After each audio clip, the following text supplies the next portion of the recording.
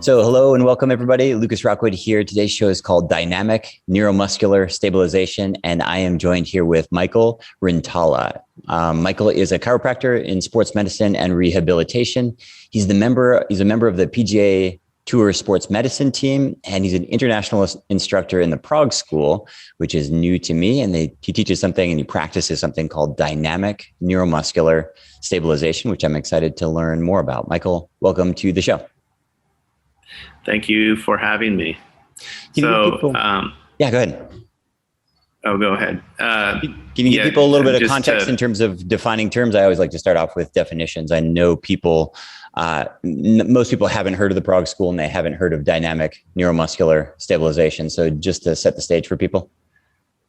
Yeah. So I'm one of the international instructors for Prague School of Rehabilitation, teaching dynamic neuromuscular stabilization, also known as DNS.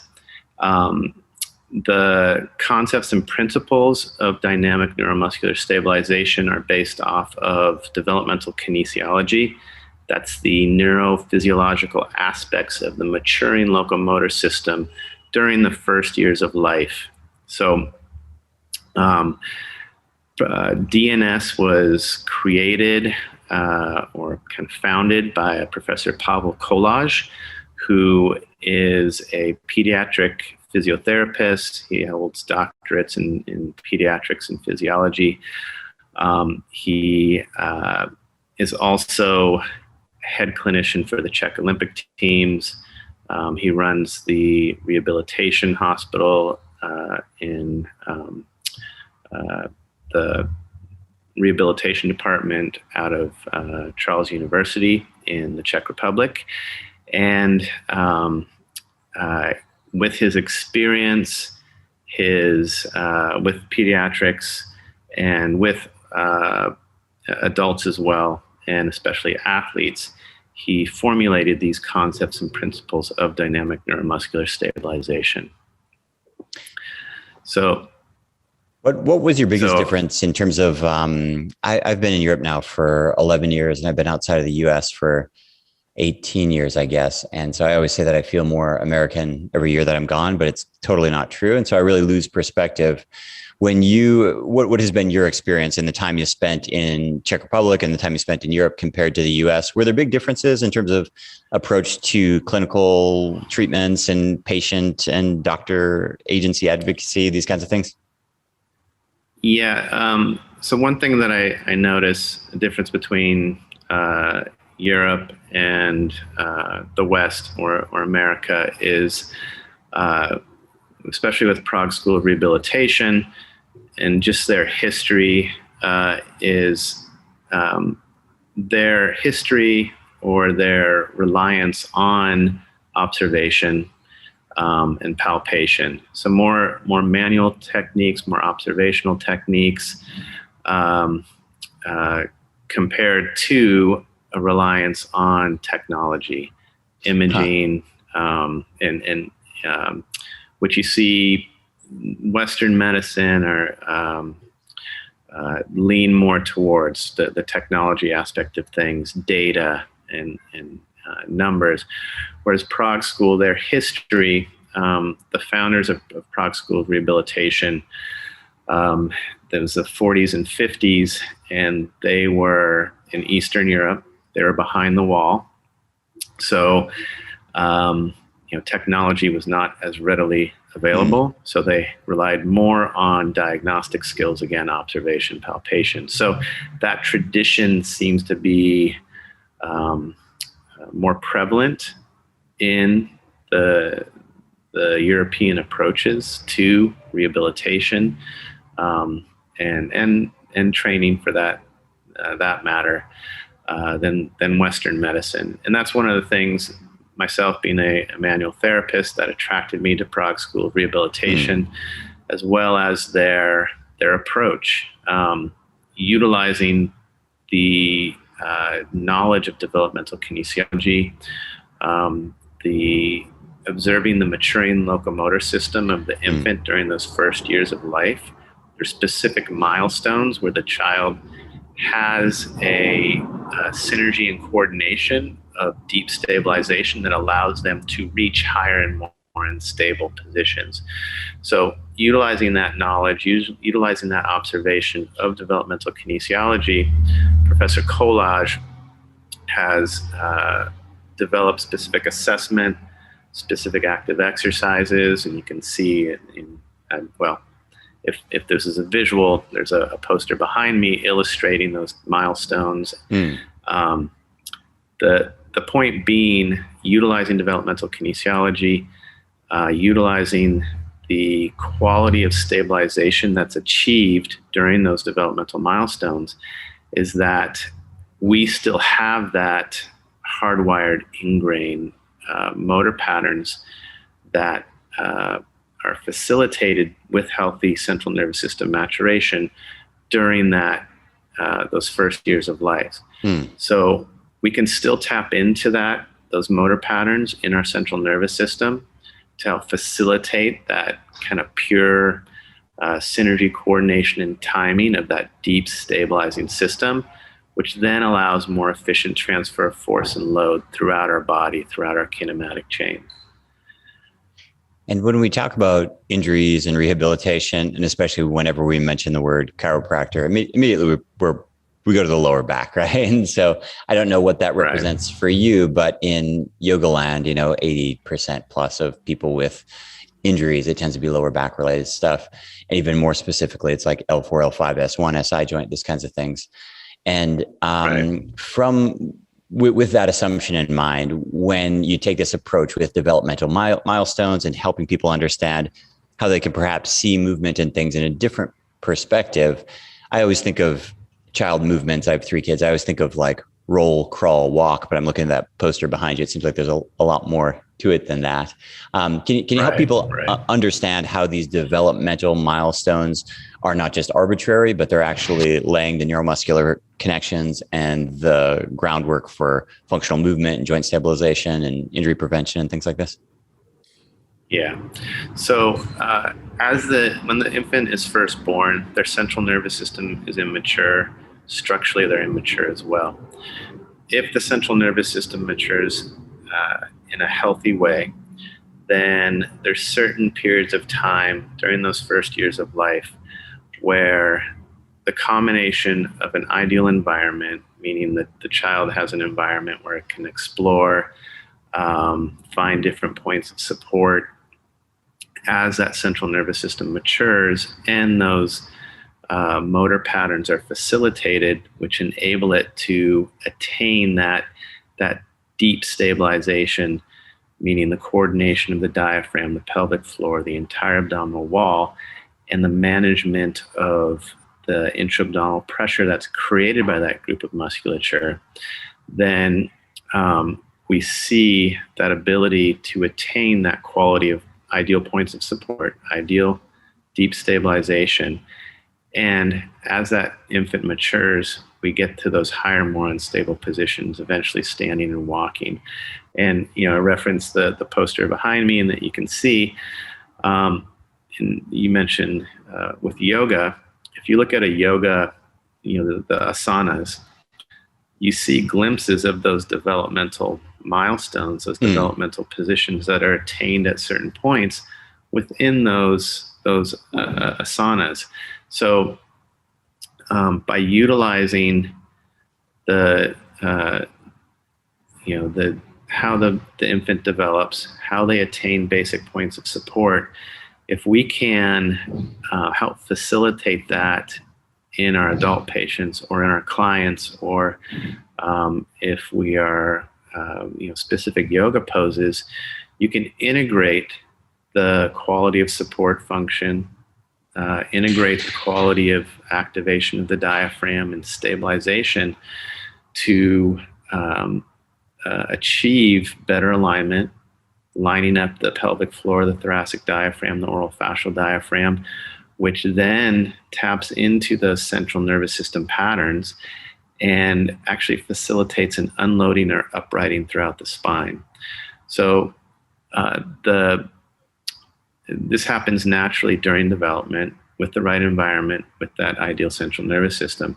in our adult patients, whether it's a yoga class or we're working one-on-one with somebody, we can use that idea of lining up the diaphragms and facilitating an ideal stabilization to create an uprighting or unloading throughout the spine.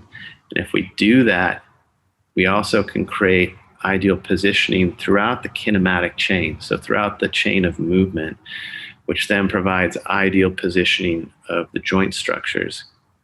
So one thing that I just studying the dynamic neuromuscular stabilization, developmental kinesiology, and also looking at yoga, practicing yoga. If you think about the chakras, with ideal development, with ideal alignment of the diaphragms and nice synergy of the deep stabilization, you can see those same points of alignment line up with the chakras. And with the yoga practice, if you're able to attain that, then I think you are achieving the ideals of a yoga practice, utilizing the concepts and principles of developmental kinesiology. So I always make the joke, like when a student has a back problem, let's just say, if they go to the yoga teacher, we usually throw 3 stretches at them. If they go to the strength trainer, they usually give them 3 resistance training exercises to do. If they go to the physio, they have some weird thing balancing on a Bosu ball. And I always make the joke that like they're all right. And we people and practitioners, we tend to have siloed thinking and siloed practices, meaning, to the carpenter, every hammer looks like a nail. And how do you help people think about this a little bit more holistically and pragmatically? Where I'm going with this is I see a lot of people in different movement practices, whether it's CrossFit, indoor cycling, yoga, whatever it is. And I see a lot of people doing stuff that they're just not developmentally prepared for. So somebody who can't do an air squat is suddenly doing a loaded squat. Somebody who has really poor biomechanics in walking is suddenly sprinting on a treadmill. And on the one hand, I want to applaud somebody's gumption to go and do something physical and try to take care of themselves. On the other hand, I've seen firsthand that injuries, let's say after the age of 35, can often derail people on a health and fitness plan, sometimes forever. How do you help people kind of get out of that siloed? It's not necessarily pill for an ill, but it's a practitioner for a pain, a practice for a ailment, this kind of thing. It's so I'm guilty of it too. We're so prone to looking for the one thing when, to crawl, to roll, to squat. For a child, I got a 2-year-old boy right now, just watching him learn to move. It's so interesting. There's so much going on there. It's not that he needs to swing a kettlebell or do a forward bend or, he needs to do all of those things. Yes. Yeah.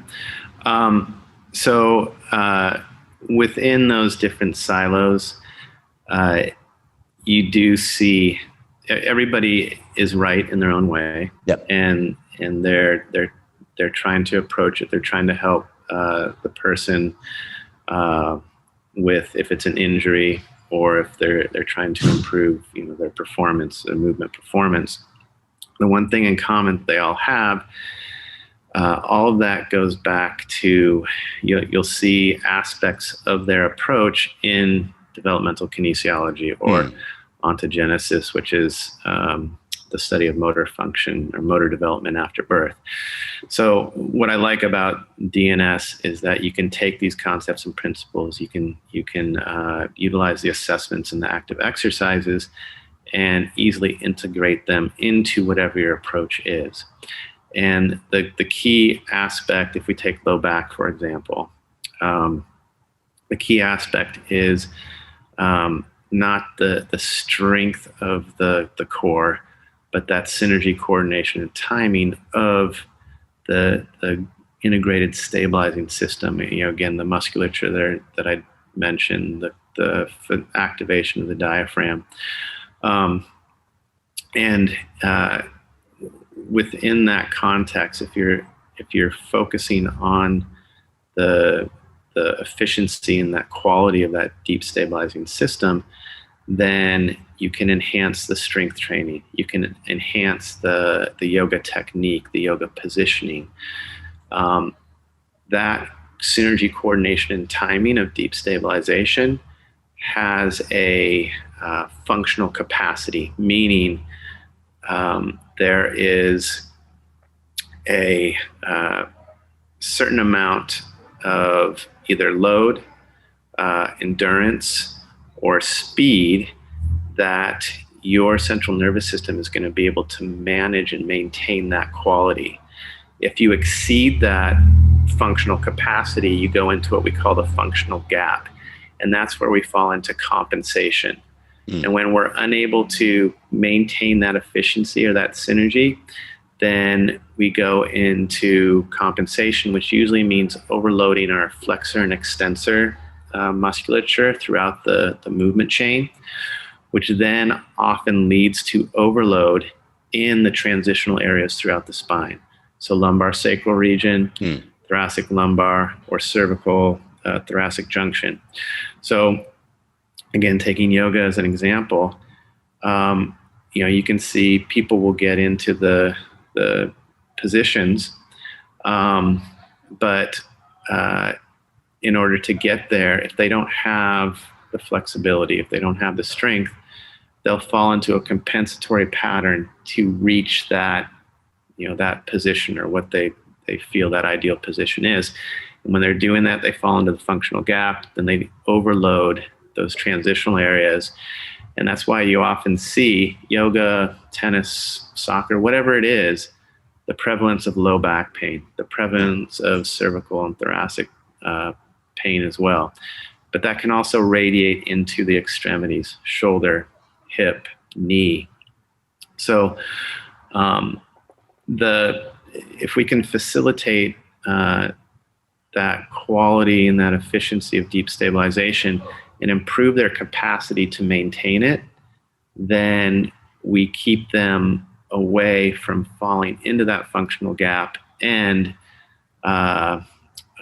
if we can do that, then we decrease that probability of injury.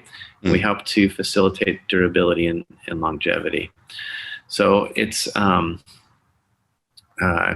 you mentioned the age factor. Developmentally, if our central nervous system is healthy, we all start with this nice ideal pattern of stabilization.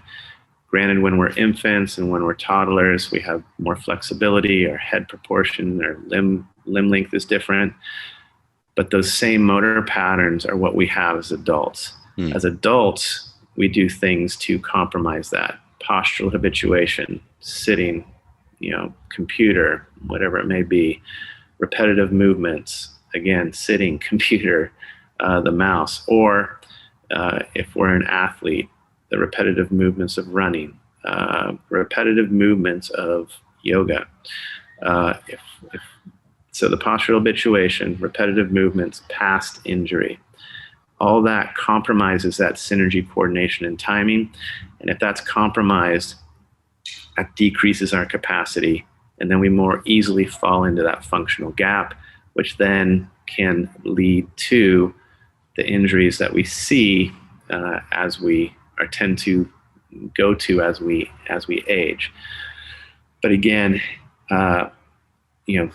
yes, age is a number, but usually when we get into the late 30s and 40s, all of that compensation that we've been doing catches up with us. And those areas that we've been overloading for so long, we can start to see structural changes. So the earlier we can address that efficiency and that capacity of maintaining ideal stability and transfer of force and load, the better. But even if we are older, we can still address that and facilitate better efficiency so that we can create durability, longevity in what we want to do. And Michael, if you had, what are some of your go-to exercises, recommendations that might be a little bit off the wall for most people? Meaning, if you had 10 people come see you today for back pain, do you send them all home with bear crawls? Do you send them all home with footwear? Do you have them all do psoas stretches? Do you have any things like that where you're just like, everybody needs this, or is it really individual? What I see across the board is I usually have to address the function of the diaphragm, both with respiration and stabilization. Proper breathing is becoming more and more known, and it's knowing the benefits of breathing in through the nose, the length of breaths and length of exhales. What DNS focuses on with both assessment and the active exercises is quality of breath, but we need the diaphragm to be able to drop down and then descend. So when we breathe in, ideally that diaphragm is going to drop and spread. So we'll see this nice expansion of the lower ribs. That same descending and expansion of the diaphragm happens when we go to move, when we go to load. So what you'll see is when I'll look at breathing function, and usually that diaphragm will be inhibited. We're not getting that descending of the diaphragm and that nice 360-degree spreading of it. And what happens, the brain compensates, and it goes into overutilizing the accessory breathing muscles, the scalenes, SCMs, upper traps. So you'll see the inability for they can still breathe, but they're not getting that full function, that full descending of the diaphragm. So if we can address that, usually if I can help them facilitate better descending of the diaphragm, quieting of the accessory breathing musculature, unless they need it, with running, and if they need extra oxygen, that is probably the most go-to thing that I do. And if you can normalize that, if you can help facilitate that, then you can also help facilitate the quality of stabilization, meaning the diaphragm also being able to descend, create a pressure that loads the pelvic floor, loads the abdominal wall. And then with that group of musculature managing that intra-abdominal pressure, we also load and upright the spine. And that uprighting and unloading effect and management of intra-abdominal pressure allows for more efficient quality of transfer of force and load, thus integrating into durability and longevity.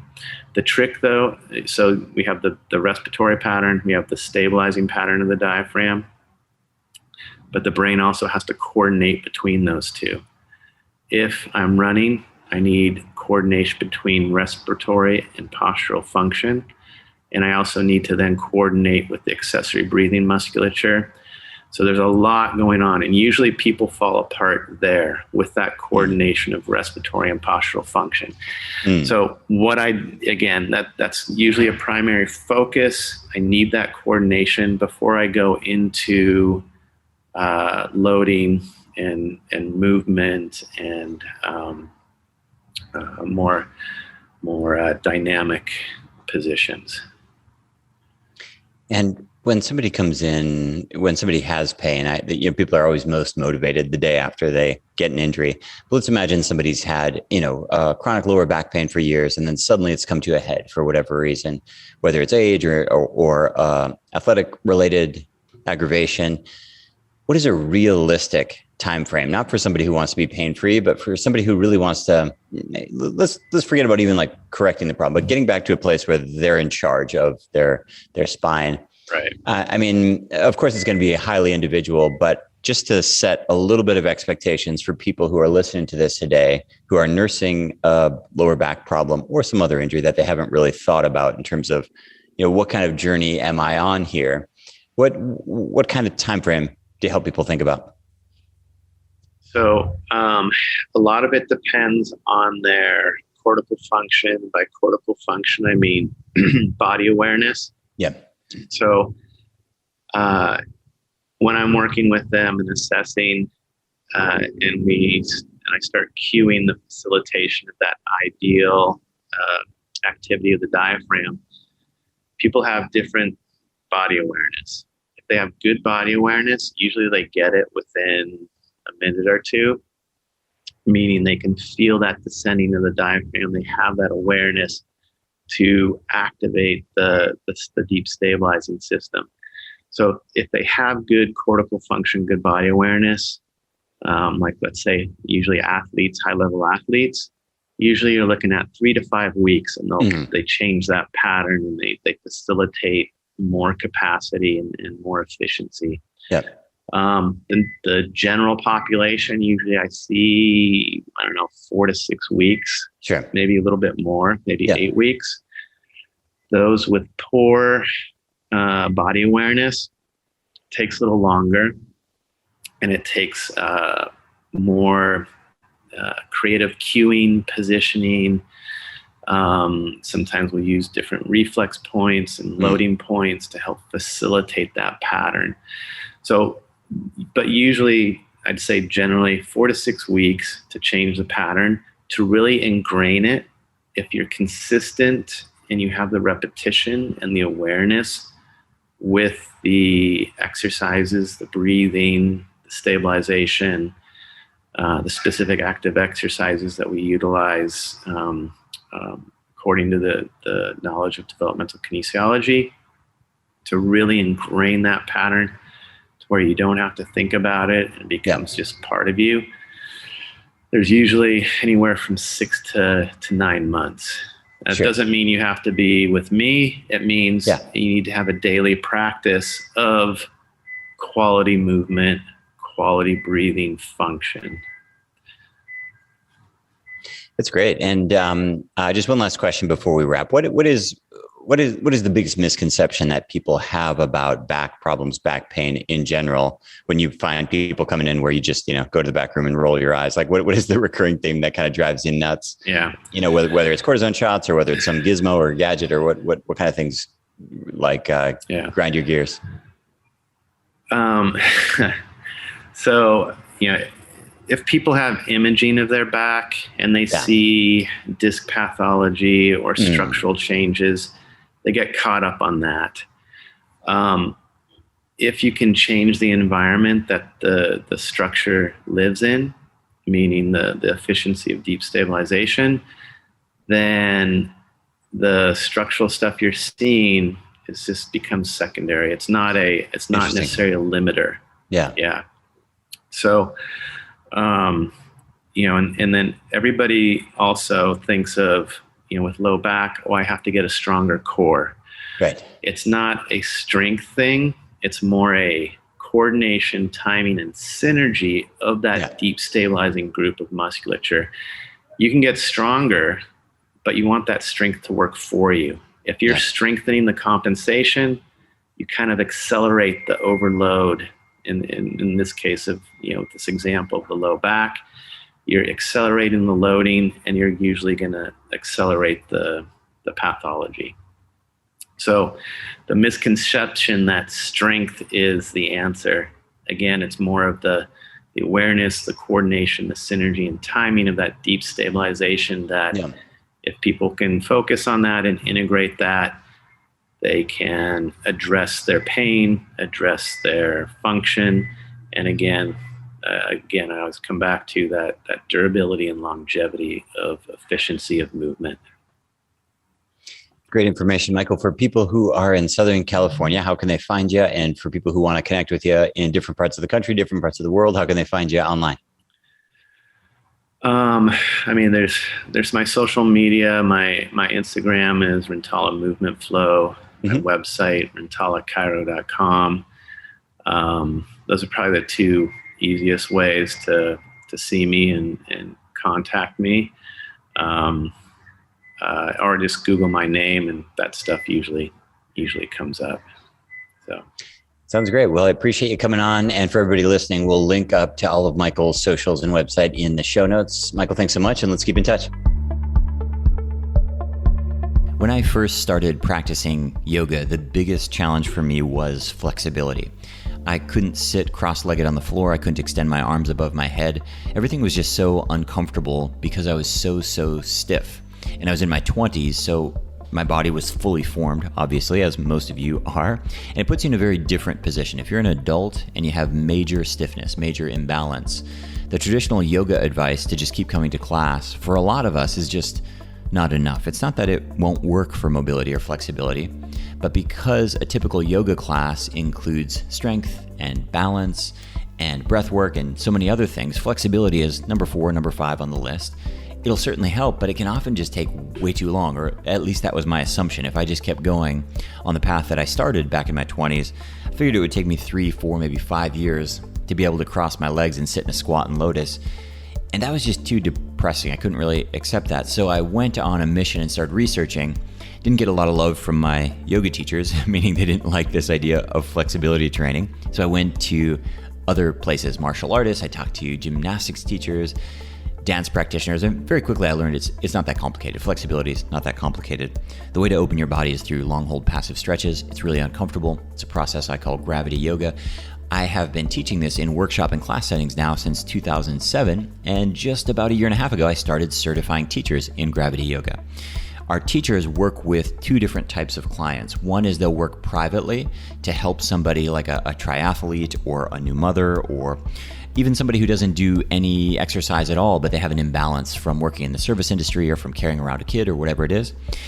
And then the other way they work with people is within group classes and workshops. So 1-hour guided classes, in some cases 2-day workshops to help people open their hips, their hamstrings, their spine, and their shoulders. Those are often the tricky areas. And it's been super successful. It's really, really popular. It's one of these things that I thought I was the only one struggling with this, but no. Turns out many people every day when they go to put on their shoes are hyper aware of the fact that their hips and their hamstrings are problematically tight. And this isn't just about feeling flexible, it's also about taking care of your lower back and taking care of your joints. If you can't stand and move in a functional way, it can really cause problems.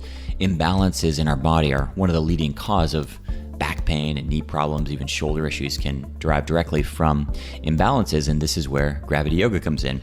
I'm telling you this story now because we're about to start our last gravity yoga teacher training program of 2020. It's an amazing program. It's 12 days long. It's live with me, and we'll teach you everything you need to know to work one-on-one or in group settings. Just so you know, most of our graduates now are working virtually via Zoom due to the coronavirus, and it's working just as well, if not better than before. To learn more about the course, go to gravityyogatraining.com, gravityyogatraining.com, and you can read stories from past students, watch a video from me, and see if it's the right thing for you. Course is starting soon. Hope you can join us. Sarah on Instagram has a question about vitamin A. She was listening to our previous podcast about skin and aging and foods that are great for your skin. And her question is, Lucas, I'd like to start taking vitamin A. Does it matter which brand, and how much is too much? So vitamin A and vitamin D and vitamin K2, for example, these are all fat-soluble vitamins. And the potential risk with fat-soluble vitamins is if you take too much, your body can't clear them the way it could vitamin C. If you take let's say it took 10 grams of vitamin C today, your body would urinate out most of it. It's kind of a catch-22 because people assume that water-soluble vitamins, it's okay to just megadose. In fact, there are people listening to the show, I'm sure, who are taking many grams of vitamin C per day. My theory is even though you can pee it all out, probably that puts quite a strain on your body that I think is probably unnecessary and potentially dangerous. So the challenge with fat-soluble vitamins is they don't get cleared that way. So they're held in your body as fat. They're absorbed through fat and they're stored in fat. And so they don't get cleared as quickly. So if you were to megadose vitamin A or megadose vitamin D, for example, you could get to toxic levels. The reality is that supplement toxicity from vitamin A, D, K, I have never heard of it, and I have a lot of inbound. What that means is hundreds of emails per week, definitely thousands per month, and multiply that by over a decade. So I think I would have heard about it, and I know a lot of people doing a lot of weird things. I've never heard about a vitamin A or D overdose. Now that I'm saying that, I'm worried that one of you will go and do it. I would encourage you to get your levels tested, but very often you can safely take what would seem like very high doses of vitamin A and vitamin D. The important thing to remember is that when you take supplements, it's very imperfect. And so even though in the real world, perhaps your body only needs 60 milligrams of vitamin C per day, in the supplemental world, you might take 500 milligrams. thinking that you'll absorb maybe 10% of that. Why? Well, just like we don't absorb all the nutrients from our foods, we certainly don't from supplements as well. It'd be great if we could get all these things from our foods, but we can't usually. We usually have imbalances. So with all that said, when you're looking at vitamin A supplements, they're very standardized. The second part of Sarah's question was, can I just eat a bunch of carrots? Doesn't it have beta carotene? Isn't that the same thing? So we don't really know. It's definitely not the same thing. We don't really know about these animal-based, plant-based precursors or animal-based metabolized forms of different nutrients. What does that mean? Well, you can find all the amino acids, including all the essential aminos in the plant world, and you can find them assembled into proteins in the animal world. Is there a difference? I don't know. I mean, chemically they're not different, but is it different? Maybe, probably. There's a big difference also between beta carotene and vitamin A. And is one better? Is one worse? That's difficult to say. You can find, in theory, plant-based vitamin D3, but the stuff that comes from lanolin, the efficacy is way, way higher in terms of supplementation. What are my thoughts? I think there definitely is a difference. I think there's probably benefits to both. I don't think it's really fair to glorify or vilify either. I don't think it makes any sense. Beta-carotene rich foods, things like carrots, pumpkin, orange foods, papaya, these kinds of things, probably really great for you. And probably also animal-derived vitamin A is probably good for you as well. So that was a very long answer, but you don't have to worry too much about brands when you're buying vitamin A. In fact, I would trust even a pharmacy brand for this kind of supplement. The only challenge is sometimes the carrier oil they're in can be kind of crappy and inflammatory, but all things considered, it's not very much. It's a tiny droplet inside those gel caps. There are supplements. Here's the thing with supplements. The price really does matter. People always ask about price. It really does matter because it adds up. And so if you're taking, 8 or 9 supplements, which I think maybe right now I take 7 or something like that.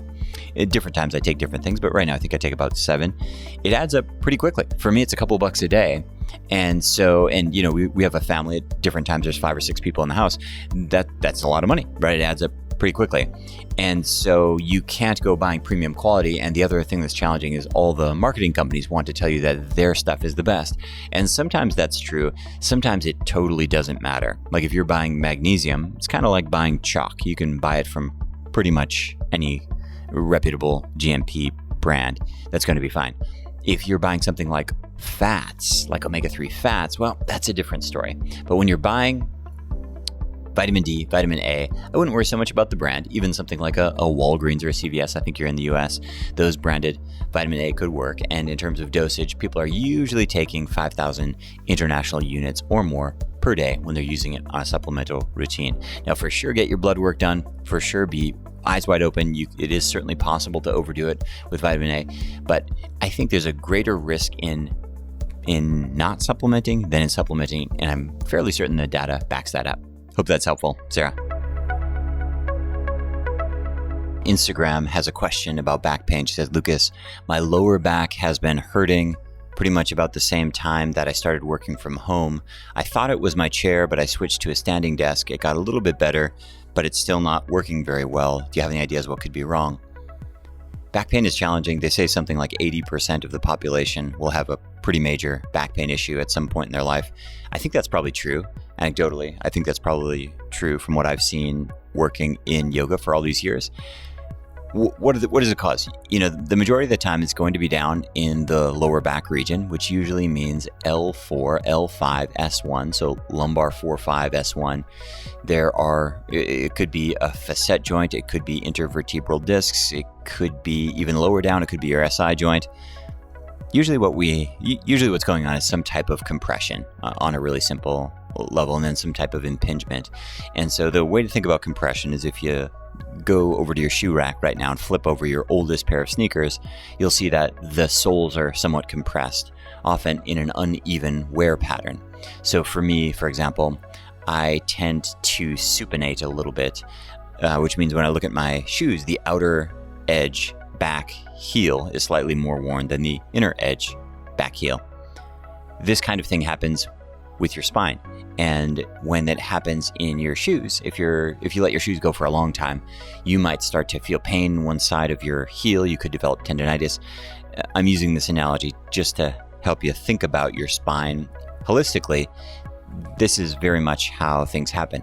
There are lots of different things that could be happening, but very often it's from an overflexed or an overextended movement pattern combined with weakness. And so when we think about our lower back, it's helpful to think about strength, which would be your core muscles, which are not just your abs, but all of the muscles that support your spine. Balance, which means right, left, front, back balance, and then flexibility. Let's just think about strength and flexibility right now. As a yoga teacher, people are usually asking for stretches, and those are certainly helpful, but very often people also need to work on strength. In the short term, what can you do? Well, the move to a standing desk, that can certainly help. It could also make it worse in the short term. And so, but you're doing the right thing, right? You're working on activating your body as opposed to passively sitting in a chair. That can probably lead to good things. I would encourage you to start off with some simple strengthening exercises. And the way to think is push, pull, hinge, squat. Push, pull, hinge, squat. So pushing would be things like push-ups.